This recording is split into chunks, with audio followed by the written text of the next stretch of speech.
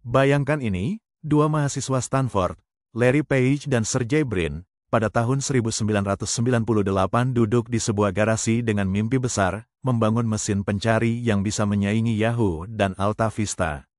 Mereka tidak punya modal miliaran, tidak punya kantor mewah, hanya otak jenius dan keberanian untuk mengguncang dunia digital.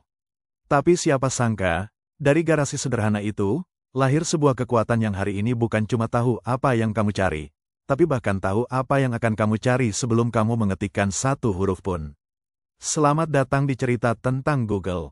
Tapi ini bukan cerita indah penuh inspirasi semata. Ini juga tentang ambisi gila, monopoli halus, dan bagaimana satu perusahaan bisa mengendalikan informasi seluruh planet tanpa kita sadari. Awal mula, bukan mesin pencari biasa. Tahun 90-an, internet masih semrawut. Mesin pencari saat itu lebih mirip direktori. Larry dan Sergey datang dengan ide gila, menyusun halaman web berdasarkan popularitas dan relevansi, bukan sekadar kata kunci. Mereka menyebut algoritma itu PageRank. Dan ternyata, itu bukan sekadar pintar, tapi revolusioner. Google bukan hanya membantu orang mencari informasi. Ia mengajari manusia cara berpikir cepat. Ketik satu kata, dapat jutaan hasil dalam sepersekian detik. Tapi inilah awal dari kepercayaan buta terhadap Google. Kita mulai mempercayakan hidup kita pada satu kolom pencarian. Pertumbuhan brutal, inovasi atau invasi. Setelah resmi berdiri tahun 1998, Google tumbuh lebih cepat dari penyakit menular. Tahun 2000-an, mereka mulai masuk ke bisnis iklan dengan AdWords. Bukan sekadar iklan biasa, tapi iklan yang mengintip isi kepala pengguna. Iklan yang muncul berdasarkan apa yang kita pikirkan, cari, dan klik. Google tahu kamu lagi cari tiket ke Bali. Lalu kamu ke YouTube, yang sudah mereka beli, dan tiba-tiba muncul iklan Hotel Bali. Kebetulan, bukan. Ini pengawasan digital dengan senyuman. Dan kita semua, dengan bodohnya, klik setuju di setiap persyaratan layanan. Ekspansi, dari mesin pencari ke mesin kehidupan. Google tidak puas jadi mesin pencari. Mereka mulai menjajah satu persatu aspek kehidupan digital. Gmail, gratis, cepat, dan diam-diam membaca isi emailmu. Google Maps, memetakan dunia, sekaligus melacak kemana kamu pergi. Android, sistem operasi gratis.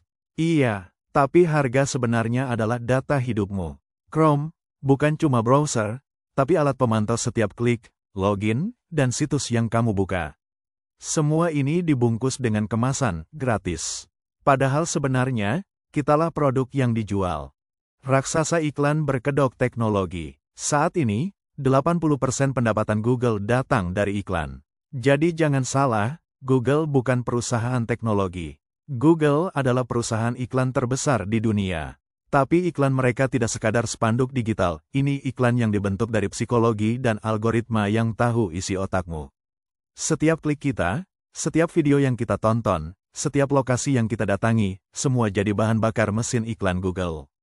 Dan yang paling ironis, kita memberikannya secara sukarela. Monopoli halus yang kita biarkan. Google sudah seperti Tuhan digital. Butuh jawaban, tanyakan ke Google. Butuh arah, lihat Google Maps. Butuh hiburan, YouTube. Butuh kerja, Google Docs dan Meet. Kita telah mengandalkan mereka untuk segalanya. Tapi ada harga gelap di balik kemudahan ini. Google membungkam pesaing, membeli inovasi sebelum jadi ancaman, dan mengubah internet jadi taman bermain mereka sendiri. Lihat saja bagaimana mereka membeli YouTube, Android, Waze, Fitbit, bukan demi inovasi, tapi demi mengontrol lebih banyak data. Ironisnya, kita menyebut mereka visioner. Padahal bisa jadi mereka cuma lebih dulu menguasai taktik perang digital. Sensor, manipulasi, dan kontrol narasi. Yang paling menyeramkan, Google juga bisa mengontrol informasi yang kamu lihat. Algoritma pencarian bukan netral. Ia bisa mengangkat satu narasi, dan mengubur narasi lain di halaman ke-20. Dalam dunia di mana orang malas scroll, informasi di halaman pertama adalah kebenaran mutlak. Mau bukti? Lihat bagaimana informasi sensitif, kontroversial, atau anti arus utama sering tenggelam. Google bilang itu karena kualitas rendah. Tapi siapa yang menentukan kualitas?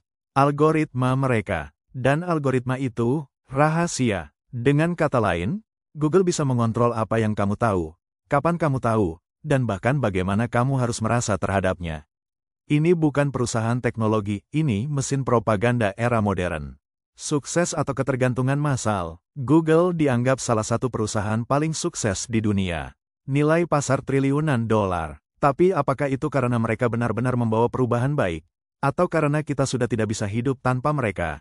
Setiap hari, miliaran orang membuka Google tanpa sadar bahwa mereka sedang masuk ke ekosistem digital yang penuh jebakan. Semua terekam, semua diarsipkan, semua dijual. Sukses Google bukan cuma karena teknologi, tapi karena mereka paham satu hal, informasi adalah kekuasaan. Dan mereka punya lebih banyak informasi tentang umat manusia dibanding pemerintah manapun di dunia. Apakah kita masih punya pilihan? Pertanyaannya sekarang, apakah kita masih punya pilihan? Atau kita semua sudah jadi budak digital dengan ilusi kebebasan? Saat kamu mencari alternatif Google, siapa yang tetap muncul di hasil pencarian? Ya, Google. Saat kamu buka Android, siapa yang jadi default? Google. Bahkan ketika kamu pakai iPhone dan cari pakai Siri, tetap saja pakai Google di belakang layar. Mereka telah menjadi infrastruktur, bukan sekadar perusahaan. Dan seperti jalan tol milik swasta, kamu tetap harus bayar, meskipun bentuknya bukan uang, tapi data dan privasi. Penutup, Google, Raja Dunia Modern. Dari garasi sempit ke kantor futuristik bernama Googleplex, perjalanan mereka memang mencengangkan.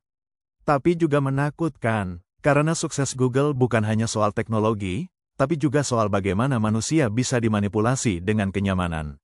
Jadi pertanyaannya sekarang bukan lagi, kenapa Google bisa sukses? Tapi, kenapa kita rela menyerahkan seluruh hidup kita ke satu perusahaan, tanpa bertanya, tanpa protes, tanpa sadar? Dan kalau kamu baca cerita ini lewat Google Chrome, dan akan googling, kebenaran tentang Google, selamat, kamu baru saja membuktikan betapa tak berdayanya kita dalam sistem yang mereka ciptakan.